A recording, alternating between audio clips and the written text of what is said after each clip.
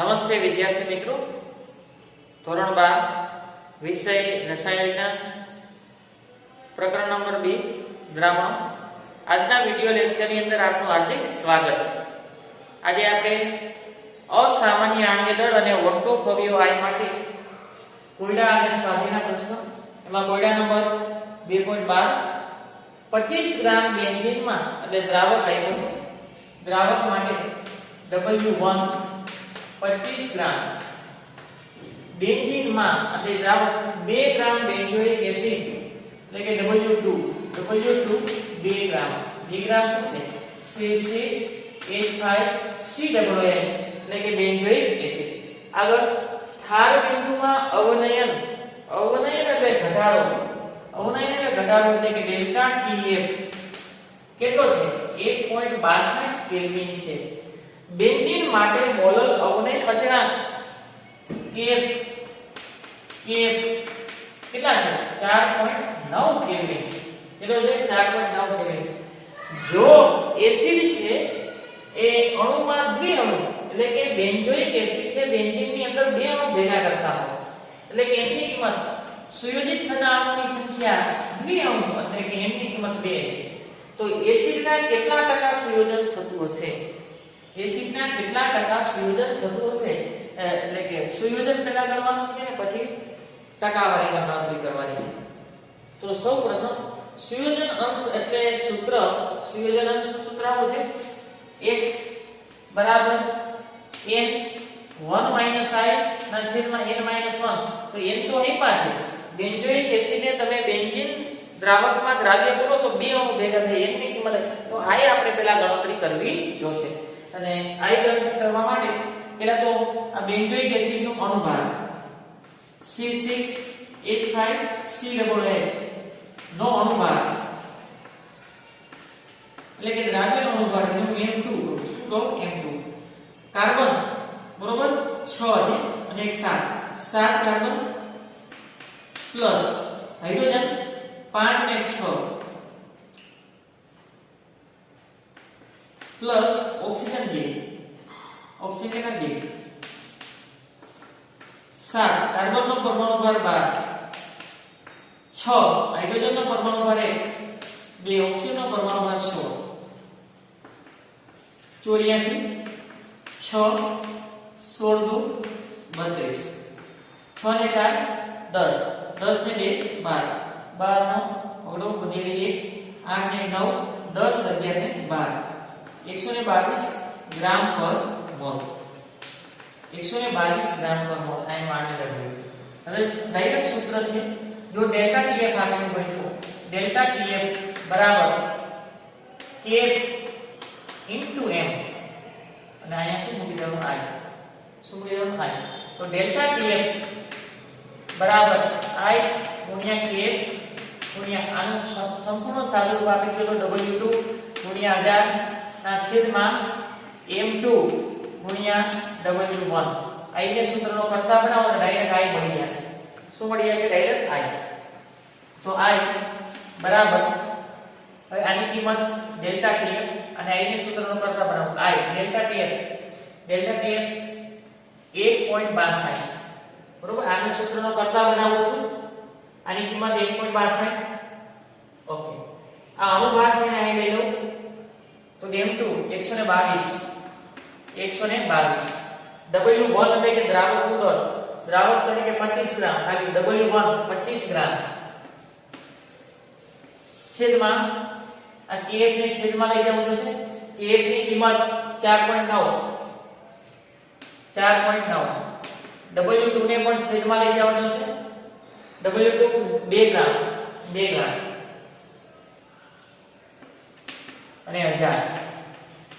તો I ની કિંમત ડાયરેક્ટ મળી ગઈ અને I ની કિંમત તો લખી નાખો. I ની કિંમત હશે 0.504. એ આપણે નોંધેલું હતું કે જ્યારે સુયોજન થાય ત્યારે I ની કિંમત 1 કરતા ઓછી મળે. સુયોજન થાય ત્યારે I ની કિંમત 1 કરતા ઓછી મળે. આપણે શું કીધું? આ C6H5COOH એને બેન્ઝીન દ્રાવકમાં દ્રાવ્ય લેવું C6H6 કે બે અણુનું સુયોજન થાય એટલે C6 x થાય COOHY. અહીંયા અણુની સંખ્યા 2 છે અને આ 1 થઈ. સુયોજન થાય ત્યારે સંખ્યા પણ શું થાય? ઘટે. અને ત્યારે i નું મૂલ્ય 1 કરતા કેવું હશે? ઓછું. તો સુયોજિત થતા અણુની સંખ્યા દ્વિઅણુ છે. દ્વિઅણુ સુયોજિત થયા. તો સુયોજિત થતા અણુની સંખ્યા એટલે કે n બરાબર 2. હવે શું કરવું છે? સુયોજન અંશ. શું કરવું છે આપણે? સુયોજન અંશ ગણવું છે. તો સુયોજન અંશ આને કહેવાય. સુયોજન અંશ x બરાબર n 1 i ના છેદમાં n - 1. n 1 i છેદમાં n - 1. n એટલે સુયોજિત થતા અણુની સંખ્યા. સુયોજિત થતા અણુની સંખ્યા છે 2. 1 - i ની કિંમત 0.504 છેદમાં 2 - 1. આ 2 આ ગુણાકાર કરો. આ 2 માઈનસ અને ગુણાકાર કરીએ તો 1.008 આવશે. અને છેદમાં 2 - 1 એટલે 1 અને x ની કિંમત આવશે 0.099 અથવા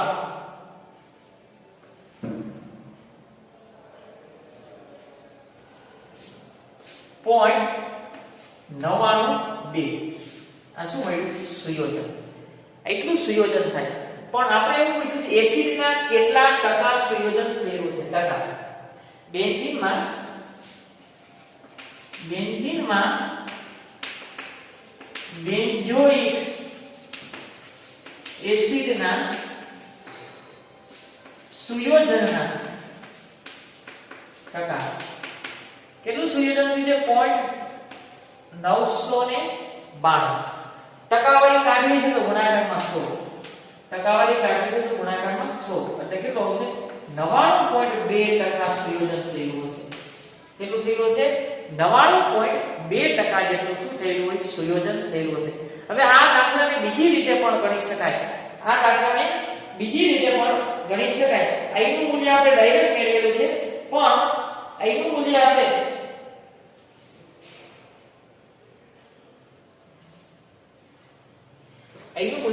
આ રીતે મેળવી શકાય. સામાન્ય મોલર દળ ના છેદમાં અસામાન્ય મોલર દળ. સામાન્ય મોલર દળ ના છેદમાં અસામાન્ય મોલર દળ. અસામાન્ય અને પ્રાયોગિક. દાખલો પૂરો થઈ ગયો. બીજી રીતે આપણે ડાયરેક્ટ i ગોતી લીધું છે, પણ અલગ રીતે ગણી શકાય. i છે અસામાન્ય આણ્ય દળ અને સામાન્ય આણ્ય દળ એટલે સિદ્ધાંતિક 122. સામાન્ય આણ્ય દળ એટલે 122 અને અસામાન્ય આણ્ય દળ એટલે કે પ્રાયોગિક આણ્ય દળ આપણે ગણવું છે. તો પ્રાયોગિક આણ્ય દળ આ રીતે ગણવાનું. જો આ આપ્યું છે ત્યારે તમારે i મૂકવા નથી થતું. આ આપેલું છે, આ આપેલું છે, આ આપેલું છે, 1000 આ આપેલું છે. તો m2 ને સૂત્રનો કરતા બનાવો. m2 ને સૂત્રનો કરતા બનાવો અને તમને આ m2 મળશે, પ્રાયોગિક આણ્ય દળ મળશે. કારણ કે ઠાર બિંદુમાં થતો ઘટાડો પ્રયોગ કર્યા પછી ખબર પડે.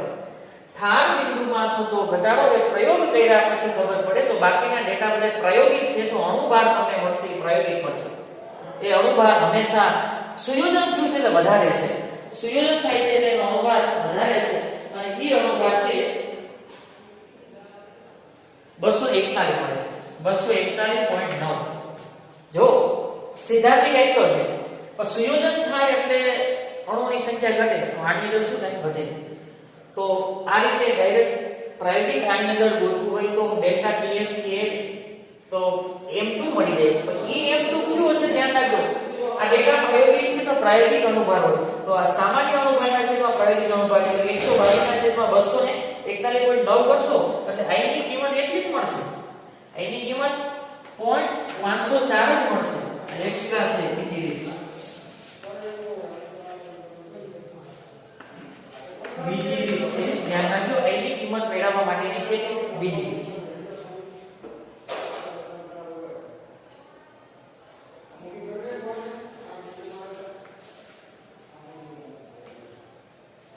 કોયડા નંબર 2.13 સૌપ્રથમ ડેટા લખ્યું 1.06 ગ્રામ પર ml ઘનતા એમપી દાખલો છે ઘનતા એમપી છે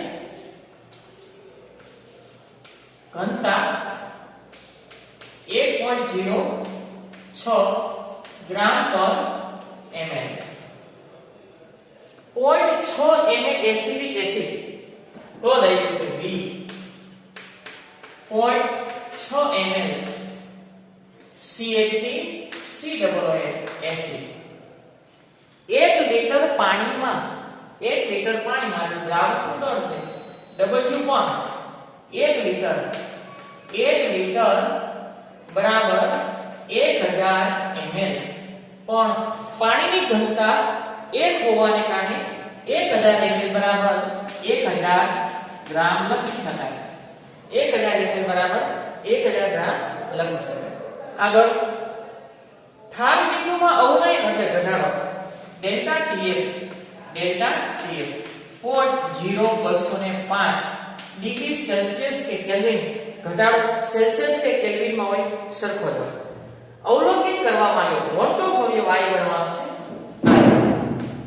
I ની કિંમત કેટલી થાય અને એસિડનો વિયોજન અચળાંક ગણવાનો છે વિયોજન અચળાંક એટલે કે Kd વિયોજન અચળાંક ધોરણ 11 ની અંદર આપણે ગણ્યા હતા વિયોજન અચળાંક એટલે નિપજની સાંદ્રતાના છેદમાં પ્રક્રિયકની સાંદ્રતા એટલે આપણે છે આલ્ફા ગણવાનું થશે શું ગણવું જોશે આલ્ફા અને આલ્ફા પછી I તો પહેલા I આપણે મેળવી લઈએ I એના માટે I મેળવવા માટે આપણે સૂત્ર તો છે પણ દળ આ કદ આપ્યું છે એસિડિક એસિડનું કદ આપ્યું છે એને દળમાં ફેરવવું છે તો આપણે એ સૂત્ર છે CH3COOH ની ઘનતા બરાબર દળના છેદમાં કદ ઘનતા બરાબર શું થશે દળના છેદમાં કદ તો આપણે દળ જોઈએ તો CH3COOH નું દળ બરાબર શું થાય ઘનતા ગુણ્યા કદ તો ઘનતા કેટલી છે 1.06 અને કદ કેટલું છે 0.6 ઘનતા દળ બરાબર ઘનતા ગુણ્યા કદ તો ઘનતા છે 1.06 અને એને ગુણ્યા કદ એટલે કે 0.6 આ એનું દળ મળ્યું તો હવે મોલ સંખ્યા ગોતવી શું ગોતી લે મોલ સંખ્યા CH3COOH ના મોલ બરાબર વજનના છેદમાં અણુભાર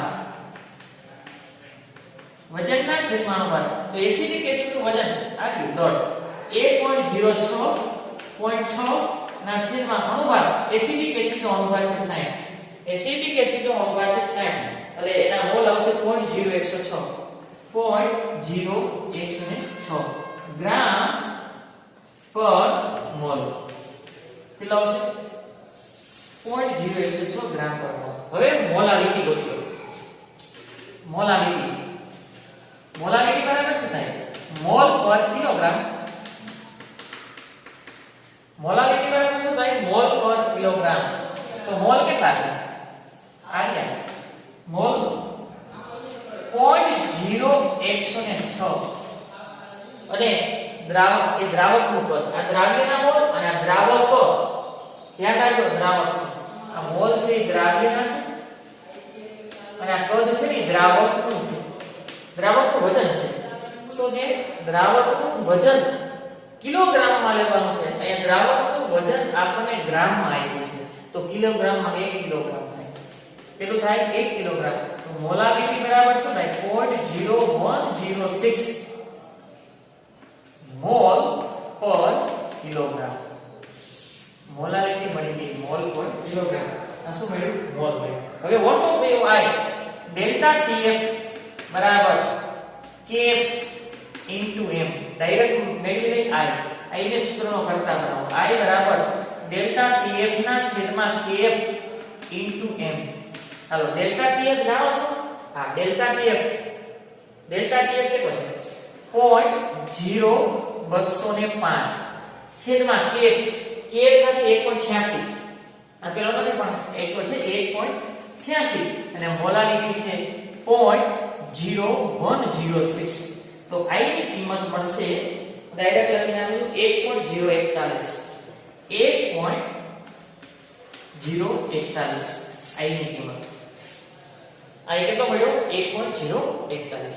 આગળ એસિડિક એસિડ છે CH3COOH નિર્બળ વિદ્યુત વિભાજ્ય હોવાને કારણે એસિડિક એસિડ નિર્બળ છે એટલે પ્રતિવર્તી થશે. એને તમે પાણીમાં નાખશો તો બે આયનમાં વિભાજિત થશે, એક એસિટેટ આયન અને એક હાઇડ્રોજન આયનમાં રૂપાંતર થશે. તો એક એસિટેટ આયન CH3COO- અને અહીંયા H+.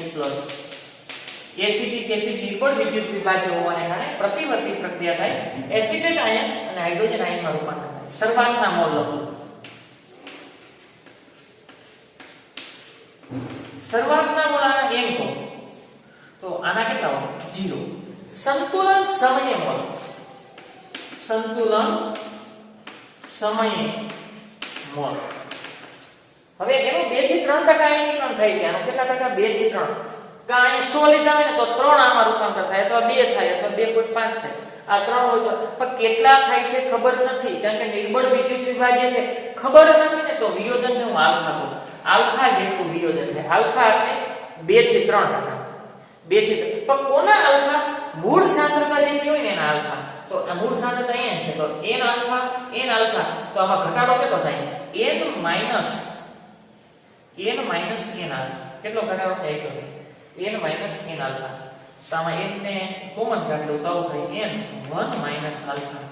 તો સંતુલન સમયે કુલ મોલ, સંતુલને કુલ મોલ, સંતુલને કુલ મોલ ગણવા છે તો કેટલા થાય? આ લખો, આ લખી નાખો.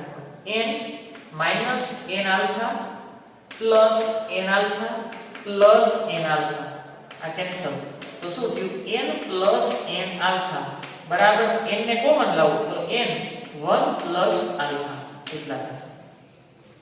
આ સંતુલન સમય મોલ. આપણે I ની કિંમત જાણી છે. I આપણે I સંખ્યાકરણના સંદર્ભમાં I ગણવું છે તો આપણે એવું લખતા હતા વિયોજન પછીના કુલ મોલ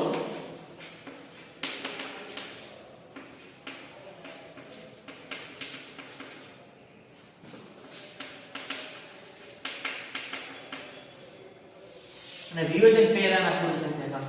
વિયોજન પહેલાના કુલ સંખ્યાકરણ. વિયોજન પછીના એટલે કે સંતુલન સમયે કેટલા થયા? એટલા n 1 પ્લસ આલ્ફા એટલા સંખ્યાકરણ થયા. વિયોજન પછીના કુલ સંખ્યાકરણ આ બધાનો સરવાળો, અને વિયોજન પહેલા 0 0 અને n અને એનો સરવાળો શું થાય? n જ થાય. તો આની કિંમત આવશે I 1 માઈનસ આલ્ફા. કેટલી કિંમત આવશે? 1 માઈનસ આલ્ફા. આ એક સૂત્ર મળ્યું. I ની કિંમત આપણે જાણી છે. I ની કિંમત જાણી છે. કેટલી છે? 1.041 બરાબર 1 માઈનસ આલ્ફા. આલ્ફાની કિંમત મળી જશે. આને હું આ બાજુ લઉં અને આને આ બાજુ. તો આલ્ફા બરાબર 1 માઈનસ 1.041. એટલે આલ્ફા બરાબર 0.041. આ આલ્ફાની કિંમત મળી. કેની મળી? આલ્ફા. આગળ હવે આની સાંદ્રતા ગોતી લો. આની સાંદ્રતા સરખી છે. CH3COO- બરાબર H+ બરાબર શું લખી શકાય? n alpha. શું લખી શકાય? n alpha. n આલ્ફા થાય. n એટલે મોલ. n એટલે શું થાય? મોલ. કેટલા મોલ મળે છે? એસિડિક એસિડના મોલ. હવે મોલ લેશો કે તમે મોલાલિટી લેશો કઈ ફેર પડશે નહીં.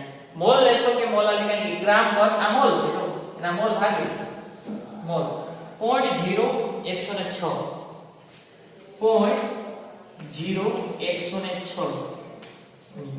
આલ્ફાની કિંમત આલ્ફા કેટલો મળ્યો?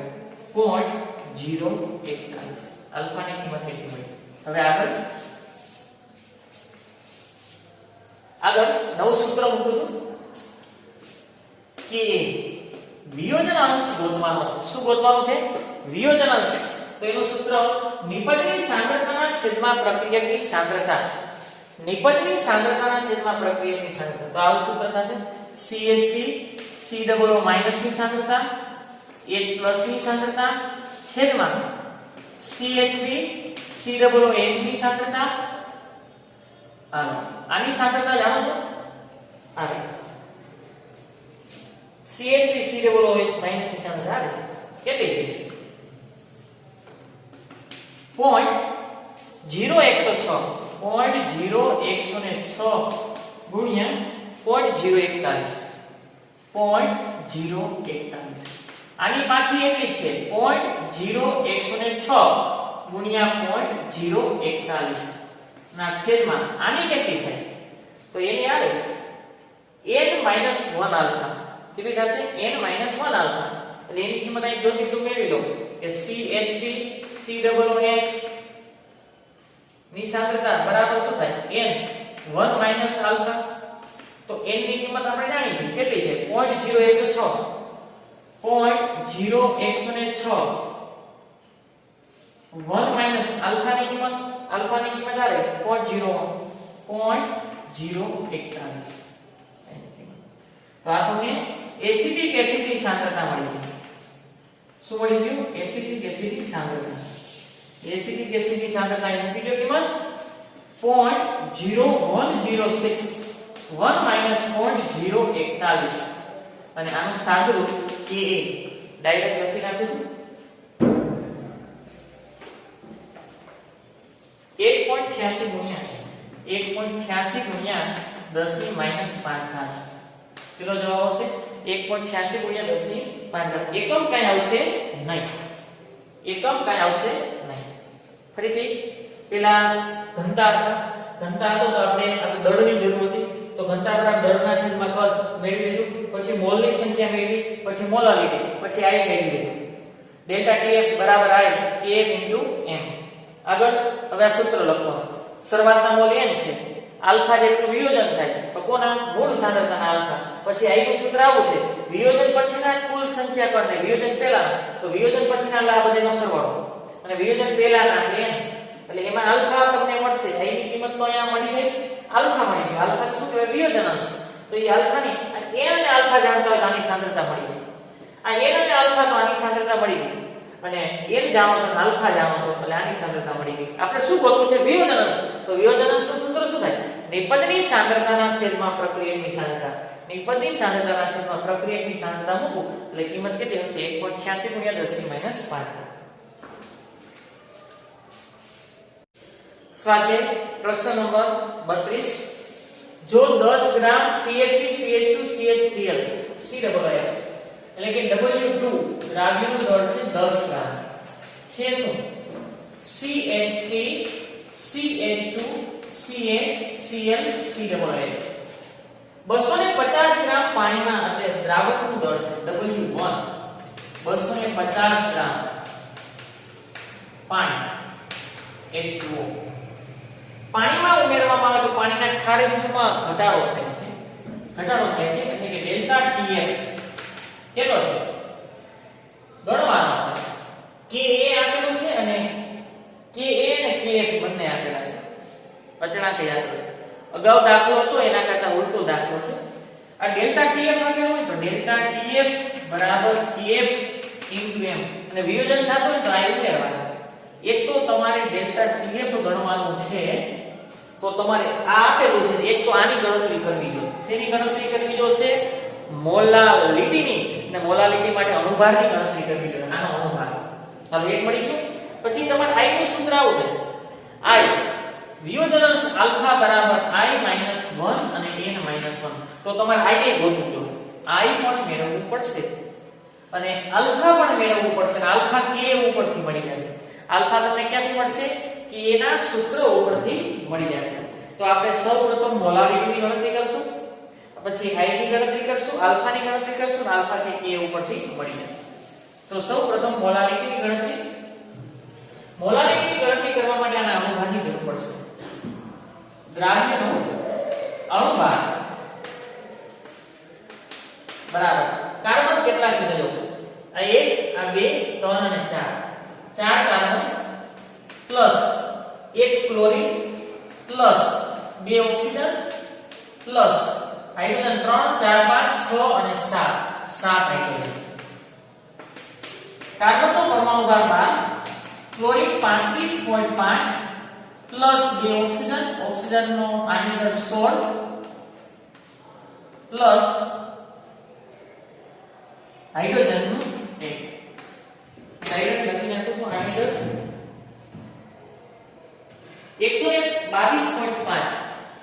122.5 ગ્રામ પર મોલ એનો આણ્વિક દળ. હવે મોલાલિટીની ગણતરી.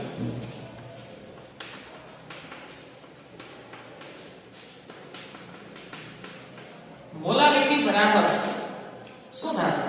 મોલાલિટી બરાબર W2 ગુણ્યા આધાર ના છેદમાં M2 ગુણ્યા W1 આ મોલાલિટી. W2 એટલે દ્રાવ્ય દર આ 10 ગ્રામ 1000.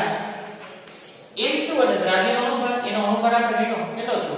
122.5 અને દ્રાવકનું દળ છે 250 ગ્રામ.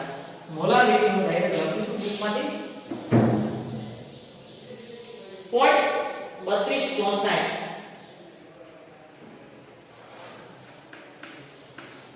સરસ એટલું લખો તો પણ ચાલે છે. આગળ હવે વિયોજન અંશની ગણતરી કરીએ. શેની ગણતરી કરશું? વિયોજન અંશ.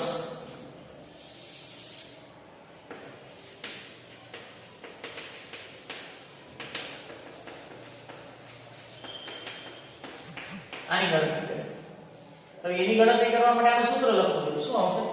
CH3 CH2 CH Cl COOH.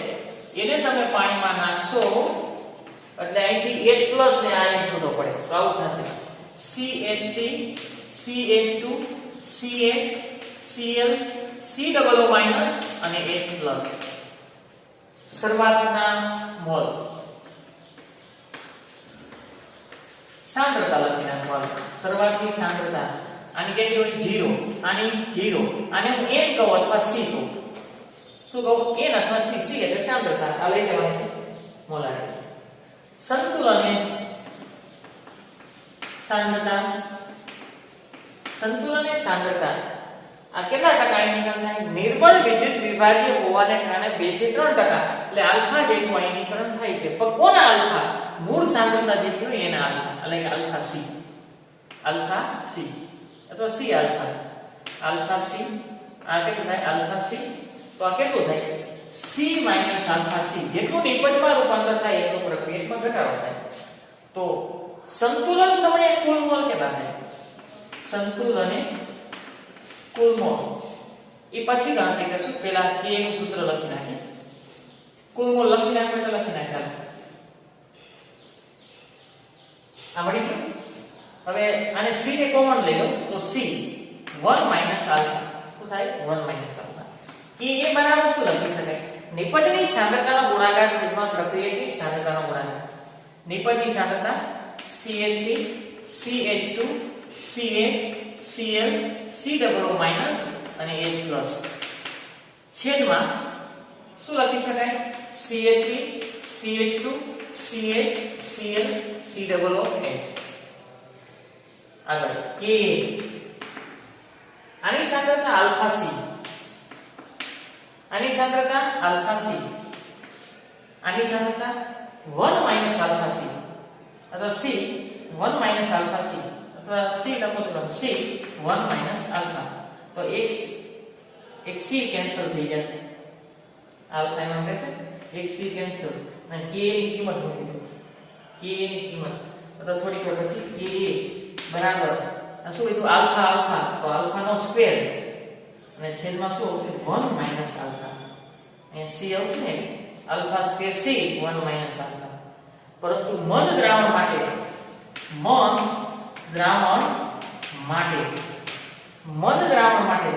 1 minus alpha બરાબર ખાલી 1 લખી શકાય. એટલે કે આલ્ફાની કિંમત અવગણી શકાય. મન દ્રાવણ માટે આલ્ફા ખૂબ જ ઓછું હોય, વિયોજન ખૂબ જ ઓછું થાય. તેથી એકની સરખામણીમાં આલ્ફાની કિંમત અવગણીએ તો આલ્ફા થાય. તો Ka બરાબર શું થશે આલ્ફા સ્ક્વેર c તો આલ્ફા ની કિંમત મેળવી છે આ k ની કિંમત k આપેલું છે કેટલું છે 1.4 ગુણ્યા 10 - 3 આ c ને છેદમાં લેજો અથવા પછી મૂકવાનું આલ્ફા સ્ક્વેર અને c ની કિંમત એટલે કે આ સાંદ્રતા 0.327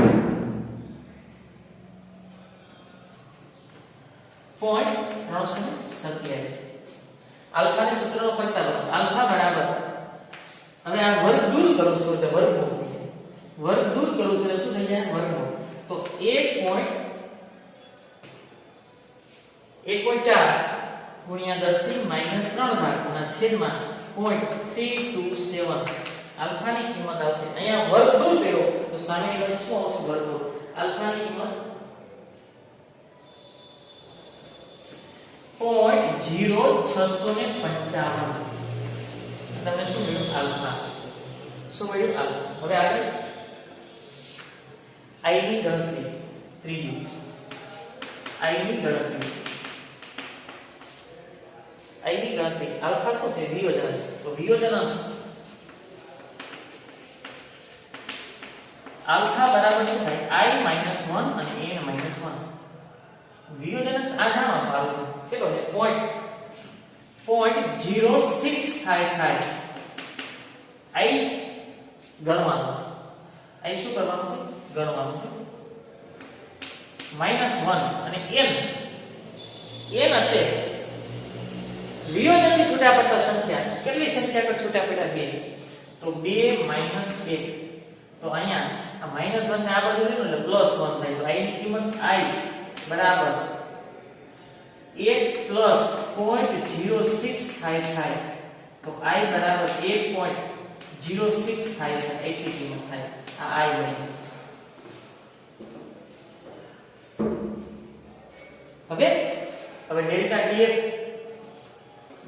tf બરાબર i ગુણ્યા k into m i ની કિંમત આવે 1.0655 k 1.86 અને મોલારિટી 0.327 તો ડેલ્ટા tf મળશે 0.65 એટલો કેલ્વિન નો શું થાય ઠાર બિંદુમાં ઘટાડો થશે આગળ સ્વાધ્યાય પ્રશ્ન નંબર 33 ડેટા સૌપ્રથમ 19.5 ગ્રામ CH3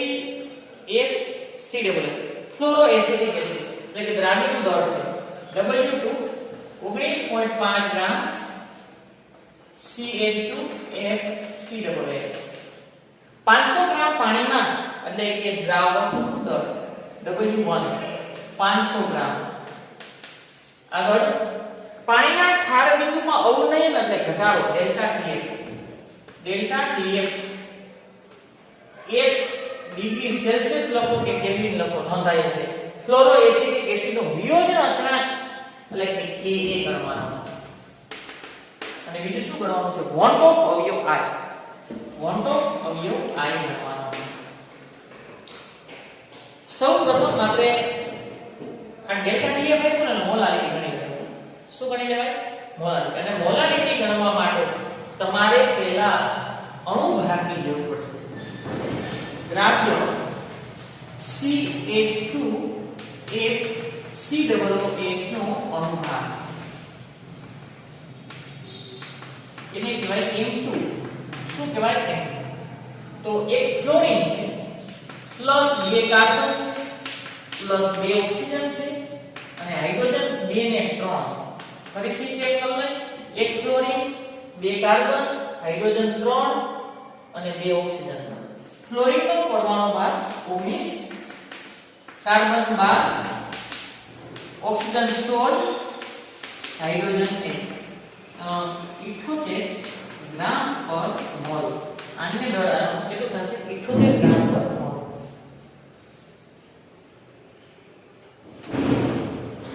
આગળ હવે I ની ગણતરી કરવી ડાયરેક્ટ ડેલ્ટા TF બરાબર K I ની કિંમત ડેલ્ટા TF બરાબર I KF W2 1000 છેદમાં M2 અને W1 I ને સૂત્રનો કરતા I બરાબર ડેલ્ટા TF M2 W1 છેદમાં KF W2 ને 1000 I ડેલ્ટા TF એટલે ઠાર બિંદુમાં થતો ઘટાડો 1 કેલ્વિન અથવા 1 degree Celsius. M2 diameter 7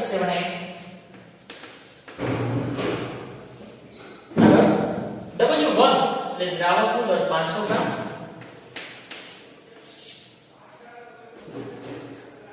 W2 અને KF ની કિંમત KF ડાયરેક્ટ બુકમાંથી લખું છું. KF ની કિંમત આવશે 1.86. કેટલી આવશે 1.86. આગળ KF 1.86 W2 19.5 અને એને ગુણ્યા 1000 એટલે I ની કિંમત મળશે 1.0752. જો I ની કિંમત 1 કરતા વધારે મળી છે ને તો વિયોજન થાય. શું થાય? વિયોજન. હવે વિયોજન અંશ ગોતી લઈએ. બીજું પેલું મોલારિટીની ગણતરી I ની ગણતરી કેવી રીતે?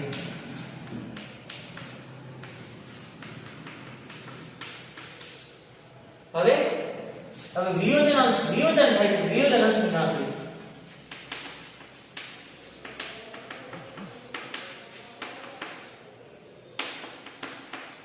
વિયોજન અંશ આલ્ફા બરાબર I - 1 n - 1. વિયોજન અંશ આલ્ફા બરાબર I - 1 n - 1. આલ્ફા નોંધવાનો છે. I ની કિંમત 1.0752 - 1 n એટલે વિયોજન થયા પછીના છૂટા પડતા સંખ્યામાં એટલે કે એક તો h પ્લસ છૂટો પડશે એક આ એટલે બે છૂટા પડશે 2 - 1 તો આલ્ફા બરાબર 1 માંથી આ બાદ કરું તો 0.0752 આલ્ફા ની કિંમત 0.0752 અથવા 7/3 અને ત્રીજું વિયોજન અચળાંક ગણવાનો છે. વિયોજન અચળાંક કે ની ગણતરી આની ગણતરી કરીએ તો એનું પહેલા સૂત્ર લખવું છે. CH2FCH એનું વિયોજન થાય તો આ છૂટું પડે એક તો CH2FCOO માઈનસ અને H પ્લસ. શરૂઆતમાં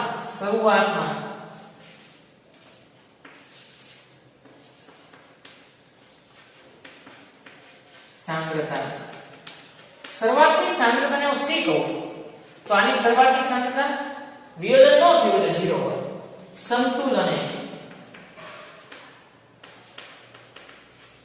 સંતુલને સાંદ્રતા નિર્બળ વિદ્યુત વિભાજ્ય છે એટલે 2 થી 3% આયનીકરણ થતું હોય 2 થી 3% વિયોજન થતું પણ કેટલું છે ખબર નથી તો આલ્ફા લખું. પણ કોના આલ્ફા? મૂળ સાંદ્રતાના આલ્ફા એટલે આલ્ફા C. આ પણ કેટલું થાય? Alpha C. તો જેટલો નિપજમાં રૂપાંતર થાય એટલો પ્રક્રિયા ઘટ્યો હોય તો C જેટલો હતો અને આલ્ફા C જેટલો ઘટ્યો તો C - આલ્ફા C ને કોમન લઈ લો તો શું થશે? 1 - આલ્ફા C. 1 - alpha C. એનું સૂત્ર શું થાય? Ka બરાબર નિપજની સાંદ્રતાનો ગુણાકાર છેદમાં પ્રક્રિયાની આની સાંદ્રતાનો ગુણાકાર છેદમાં CH2FCOOH ની સાંદ્રતા માઈનસ ની સાંદ્રતા H પ્લસ ની સાંદ્રતા છેદમાં CH2FCOOH ની સાંદ્રતા. આગળ આ કેટલી છે? આલ્ફા C આની આલ્ફા C અને આની કેટલી છે? સંતુલન સમય 1 - alpha C 1 - alpha C cancel. Ka બરાબર આલ્ફા સ્ક્વેર C અને 1 - આલ્ફા. આપણે આલ્ફા કોણ જાણીએ છીએ? આલ્ફા આલ્ફા કેટલો છે 0.0752 નો સ્ક્વેર 0.0752 નો સ્ક્વેર અને c એટલે 0.5 હાલો મોલારિટી ગણી લઈએ અને 1 માઈનસ આલ્ફા આલ્ફા ને 0.0752 આ મોલારિટી ક્યાંથી સાંદ્રતા c એટલે કે મોલારિટી m બરાબર W2 ગુણ્યા 1000 ના છેદમાં n2 ગુણ્યા W1 W2 એટલે દ્રાવ્ય દર 19.5 હજાર અણુભાર અને W1 એટલે દ્રાવકનો દર W1 એટલે દ્રાવકનો દર 500 ગ્રામ એનું સાદુરૂપ આવશે 0.5 કેટલો આવશે 0.5 આ મોલારિટી નંબર અલગથી ગણવાની હતી આપણે ભેગી ગણી નાખી મોલારિટી એટલે સાંદ્રતા c બરોબર આનું સાદુરૂપ આપશે એટલે k મળશે 3.07 10 to -3 આ શું બની ગયું k સૌપ્રથમ ડેટા લેખા અનુમાન લખ્યું હવે ત્યાં પેલા આને મોલારિટી અલગથી ગણી લેવી એટલે બીજી વાર ગણવી મોલારિટી અલગથી ગણી લેવી આ રીતે W2 ગુણ્યા 1000 છેદમાં M2 ગુણ્યા W1 એટલે 0.5 હવે ડાયરેક્ટ આ રીતે મૂકવું આ ડેલ્ટા TF ની કિંમત મૂકી દેવી આપેલી છે પછી I મેળવવાનો છે k અને મોલારિટી એટલે 0.5 એટલે ડાયરેક્ટ આ રીતે I બરાબર ડેલ્ટા TF ના છેદમાં kf into m ડાયરેક્ટ આ સૂત્રનો ઉપયોગ કરી જો તમે અગાઉથી મોલારિટી અલગથી ગણી લીધી તો આ સૂત્રનો ઉપયોગ કરો તો પણ ચાલે અથવા ડાયરેક્ટ મૂકો તો ફરીથી પાછળમાં ગણવી પડશે પછી વિયોજન I - 1 n - 1 I એટલે ઉપર મોટો ભર્યો I અને n એટલે છૂટા પડતા આયનોની સંખ્યા આ વિયોજન થાય તો એક આયન આ અને એક આયન આ બે આયનો છૂટા પડે તો 2 - 1 આલ્ફા બની ગયું પછી સૂત્ર લખતા નિપજની સાંદ્રતાનો ગુણાકાર છેદમાં પ્રક્રિયા નિપજની સાંદ્રતા અને આ પ્રક્રિયા નિપજની કેટલી છે આલ્ફા c આ નિપજની આલ્ફા c આની કેટલી છે 1 માઈનસ આલ્ફા c પછી c કેન્સલ થઈ ગયો આલ્ફાની કિંમત મૂકી દીધી આલ્ફા સ્ક્વેર આલ્ફાની કિંમત આપણે જાણીએ છીએ હશે c અગાઉથી ગણી લેવી અથવા પછી ગણશો તો કેટલા આવશે 0.5 સાદુરૂપ આપતા કે વિયોજન અચળાંક 3.07 × 10 - 3 ઘાત મળશે